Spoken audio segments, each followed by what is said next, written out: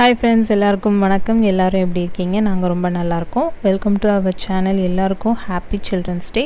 எல்லாரும் சேஃபா இருங்க. childrens எல்லாரும் ஹாப்பியா இருங்க. இன்னைக்கு தான் நம்ம சேனலை புதுசா பார்க்குறீங்க அப்படினா கண்டிப்பா subscribe பண்ணுங்க. பக்கத்துல இருக்க bell பட்டனை மறக்காம click பண்ணுங்க. அப்பதான் நம்ம போடுற ஒவ்வொரு வீடியோஸும் உங்களுக்கு நோட்டிஃபிகேஷனா வரும். நீங்களும் வீட்ல ட்ரை பண்ணி பார்க்கலாம்.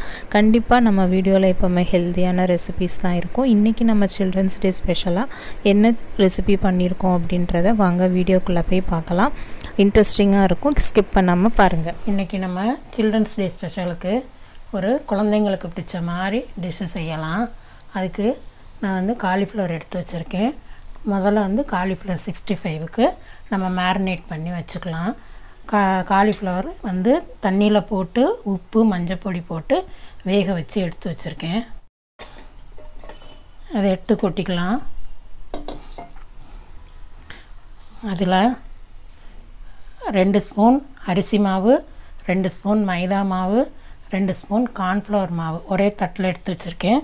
அதை அப்படியே நம்ம ஒரு மிக்ஸ் பண்ணிவிட்டு இதில் சேர்த்துக்கலாம்.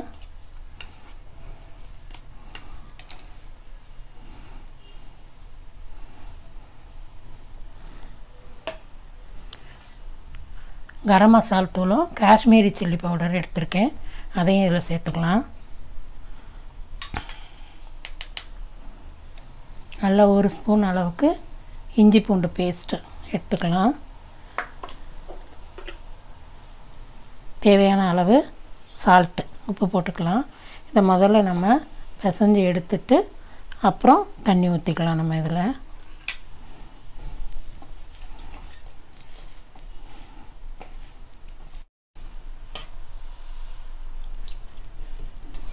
இப்படி தண்ணி தெளித்து நம்ம கலந்து வச்சுக்கலாம். காலிஃப்ளவர் 65க்கு மசால் போட்டு ஊற வச்சிட்டோம். இது அப்படியே ஊறட்டும். நம்ம மேரினேட் பண்ணி வச்ச காலிஃப்ளவரை பொரித்து எடுத்துக்கலாம்.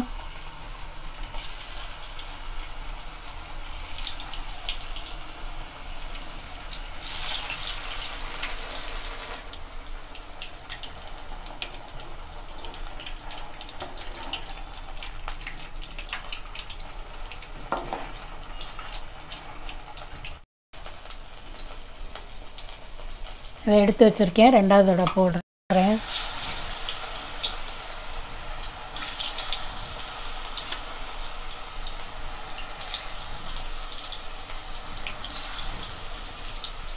காலிஃப்ளவர் கிரேவி செய்ய போகிறோம். அது கொஞ்சம் காலிஃப்ளவர் தனியாக எடுத்து வச்சுருக்கேன். கொஞ்சோண்டு மஞ்சள் பொடி போட்டுக்கலாம்.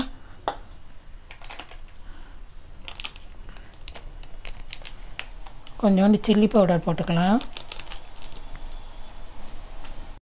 இதை அப்படி பெரட்டி அதை தனியாக எடுத்து வச்சுக்குவோம். இதை நம்ம வந்து கொஞ்சம் நேரம் விட்டு ரோஸ்ட் பண்ணி காலிஃப்ளவர் கிரேவியில் போட போகிறோம். அதனால் இது இப்படியே இருக்கட்டும்.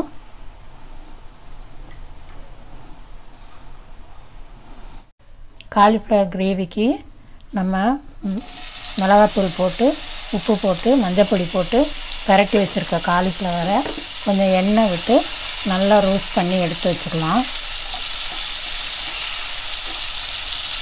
இந்த எண்ணெயில் அது வந்து முக்கால் வாசி வெந்துடும்.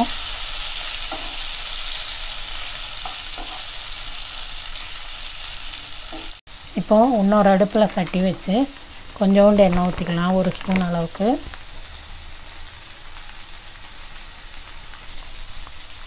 மூணு கிராம்பு, 1 ஏலக்காய், 2 பட்டை, 2 மராத்தி மொக்கு, 1 பிரியாணி இலை எடுத்து வச்சுருக்கேன். இந்த எண்ணெயில் போட்டுக்கலாம்.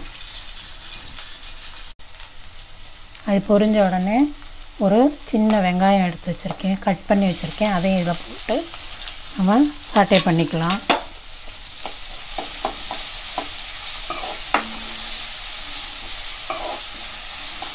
இது நல்லா வதங்கிடுச்சு. மிக்ஸி ஜாரில் போட்டு அரைச்சி எடுத்துக்கலாம்.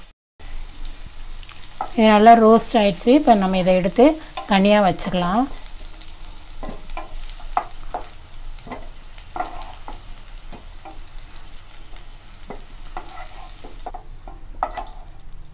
அதில் கொஞ்சம் எண்ணெய் இருக்குது. அதிலே நம்ம கிரேவியை தாளித்து விட்டுக்கலாம். நான் கொஞ்சம் எண்ணெய் ஊற்றிக்கிறேன். கொஞ்சோண்டு கடுகு போட்டுப்போம். கொஞ்சமாக ஜீரகம்,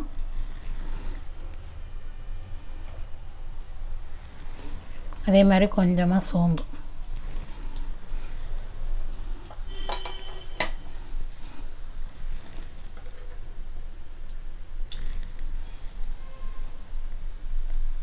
பொரிஞ்சதும் ஒரு கைப்பிடி அளவுக்கு வெங்காயம் போடுறேன். நான் கொஞ்சமாக தான் கிரேவி செய்கிறேன், அதனால் கொஞ்சம் கொஞ்சமாக போடுறேன். நீங்கள் நிறைய கிரேவி செஞ்சீங்கன்னா அளவை வந்து மாற்றிக்கோங்க. நீங்கள்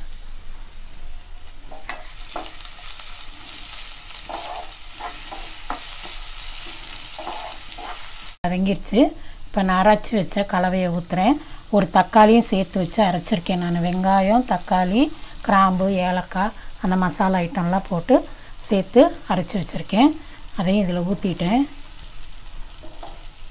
இப்போ நம்ம தண்ணி கொஞ்சம் சேர்த்து ஆட் பண்ணிக்கலாம். தண்ணி கொஞ்சம் ஆட் பண்ணியிருக்கேன். இதுலேயே நம்ம கொஞ்சம் இஞ்சி பூண்டு பேஸ்ட் போட்டுக்கலாம்.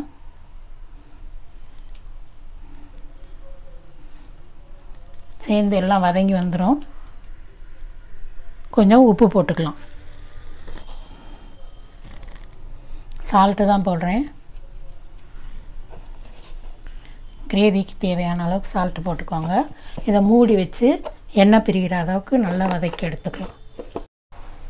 இந்த நேரத்தில் நம்ம மசாலா பொடி சேர்த்துக்கலாம். மல்லித்தூள் 1.5 ஸ்பூன், கரம் மசாலா ஒரு 1/2 ஸ்பூன், கொஞ்சோண்டு மிளகாத்தூள் எடுத்து வச்சுருக்கேன். இதை இதில் சேர்த்துக்கலாம். நம்ம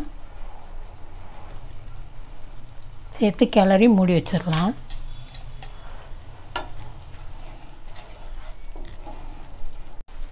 நல்லா கிரேவியில் எண்ணெய் பிரிஞ்சு வந்துடுச்சு. நான் வந்து தேங்காயும் முந்திரி பருப்பு, சும்மா ஒரு சில் தேங்காய், கொஞ்சம் முந்திரி பருப்பு அரைச்சி வச்சுருக்கேன். அதை இதில் ஊற்றிக்கலாம். நேரம் கொதிக்க வேண்டாம். ஒரு கொதி வந்த உடனே நம்ம காலிஃப்ளவர் போட்டுக்கலாம். அதில் நல்லா க்ரீமியாக இருக்கும். கிரேவி ரெடி ஆகிடுச்சு. அதில் நம்ம ரோஸ்ட் பண்ணி வச்ச காலிஃப்ளவர் போட்டு மூடி வச்சிடலாம். ஒரு 5 நிமிஷத்தில் அது வெந்துடும். ஏன்னா நம்ம அதை ரோஸ்ட் பண்ணும்போதே பாதி அளவுக்கு அது வெந்துருச்சு. அதனால் இது கொஞ்சம் நேரத்துலலாம் இது வெந்துடும். அப்படியே இறக்கி வச்சுக்கலாம்.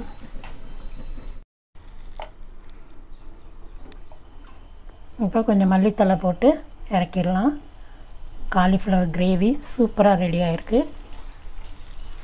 அவ்வளோதான். ஸ்டவ் ஆஃப் பண்ணிடலாம். இப்போ நம்ம தேங்காய் பால் சாதம் செய்ய போகிறோம். அது கொஞ்சம் எண்ணெய் ஊற்றிக்கலாம்.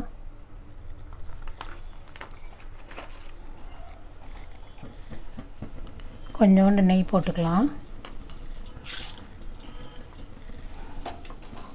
அதில் பிரியாணி இலை, கிராம்பு, ஏலக்காய், கல்பாசி எல்லாமே எடுத்து வச்சுருக்கேன். அதை இதில் கொட்டிக்கலாம்.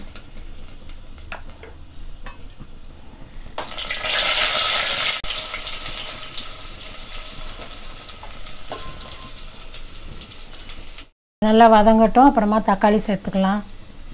வெங்காயம் வதங்கிடுச்சு. தக்காளி போட்டுக்கலாம்.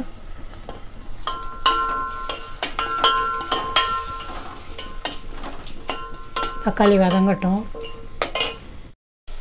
1 ஸ்பூன் இஞ்சி பூண்டு பேஸ்ட் போட்டுக்கலாம். நல்லா எண்ணெயிலே வதங்கட்டும்.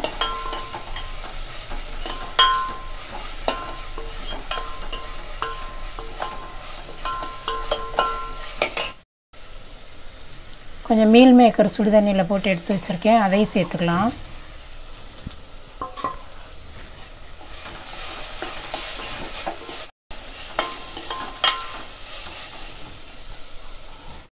புதினா போட்டுக்குவோம். கொத்தமல்லி போட்டுக்குவோம். ஒரு 2 நிமிஷம் வதங்கட்டும்.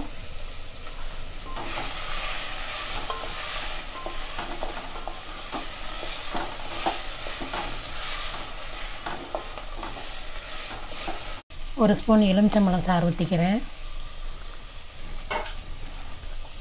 நான் இந்த உலக்கில் 1.25 உலக்கு அரிசி எடுத்தேன், பாஸ்மதி அரிசி. அதனால் 1 டம்ளர் தேங்காய் பால்,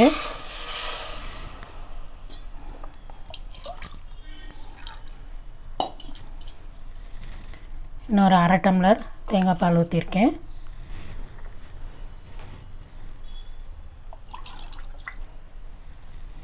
இது நிறைய 1 டம்ளர் வெறும் தண்ணி ஊற்றுறேன். அவ்வளோதான். உப்பு போட்டுக்கலாம். கொதிச்சு வச்சு அரிசி போட்டுக்கலாம். பாஸ்மதி அரிசி.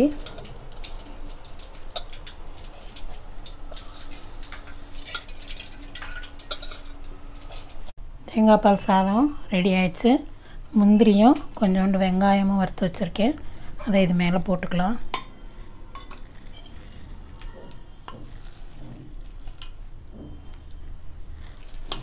இப்போ நான் பிளேட்டிங்கில் காட்டுறேன்.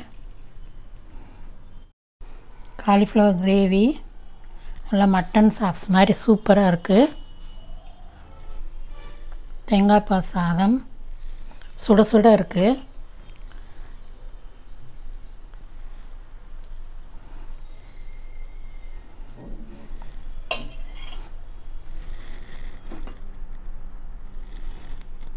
கொஞ்சோண்டு வெள்ளரிக்காய் வச்சுக்கலாம்.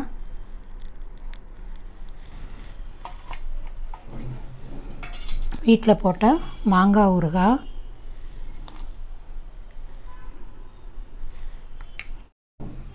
காலிஃப்ளவர் 65,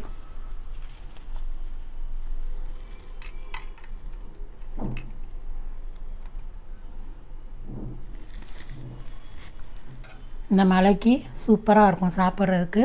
குழந்தைங்களுக்கெல்லாம் ரொம்ப பிடிக்கும். இந்த லஞ்ச் உங்களுக்கு பிடிச்சிருந்துச்சுன்னா லைக் பண்ணுங்கள், ஷேர் பண்ணுங்கள், கமெண்ட் பண்ணுங்கள்.